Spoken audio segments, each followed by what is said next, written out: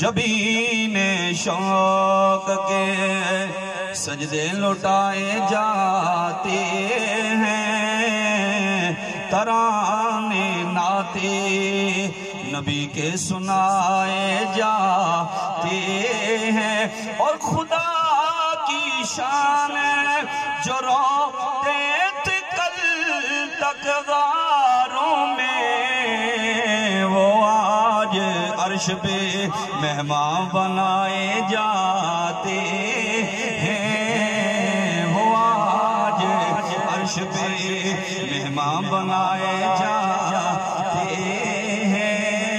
دیگر انبیاء کرام کو اللہ رب العالمین نے اپنی صفات کا مظہر بنایا ہے، اپنی ذات کا مظہر اللہ رب العالمین نے صرف آمنہ کے لال کو بنایا۔ توجہ ذرا رکھیے گا اور بالاختصار گفتگو کروں گا ایک ہی پوائنٹ کے اوپر۔ اللہ رب العالمین جل وعلا نے اپنی صفات کے مظہر انبیاء کرام کو بنایا، اور جس نبی نے اللہ کی جس صفت کو دیکھنا چاہا اللہ رب العالمین نے دکھا دی۔ حضرت عزیر علیہ السلام رب کی بارگاہ میں عرض کرتے ہیں قبرستان سے گزرتے ہوئے، اور ٹوٹی پھوٹی ہڈیوں کو، بوگی ہڈیوں کو دیکھ کر کہتے ہیں یا اللہ کس طرح مردوں کو زندہ کرے گا؟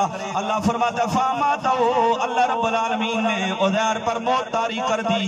کتنا عرصہ؟ 100 سال تک ادھر دراز گوشت گدا بھی ہے، ادھر کھانے کا سامان بھی ہے۔ 100 سال کے بعد اللہ رب العالمین نے نئی زندگی دی۔ عزیر علیہ السلام اٹھے، اللہ رب العالمین نے فرمایا کم لبست، کتنا عرصہ تک تو سویا رہا ہے؟ حضرت عزیر نے عرض کی یا اللہ یومن و بعد یوم، ایک دن یا ایک دن کا آدھا حصہ۔ رب نے فرمایا بل لبست مئات عام، 100 سال تک تو سویا رہا ہے۔ اے عزیر تیرا ایک بال بھی کا نہیں ہوا ہے، تیری ہڈیاں بھی اسی طرح ہیں۔ اس گدھے کو دیکھ جس کی بوگی ہڈیاں نکل آئی ہیں، تیرا کھانا بھی اسی طرح موجود ہے۔ جو رب نبی کے کھانے کو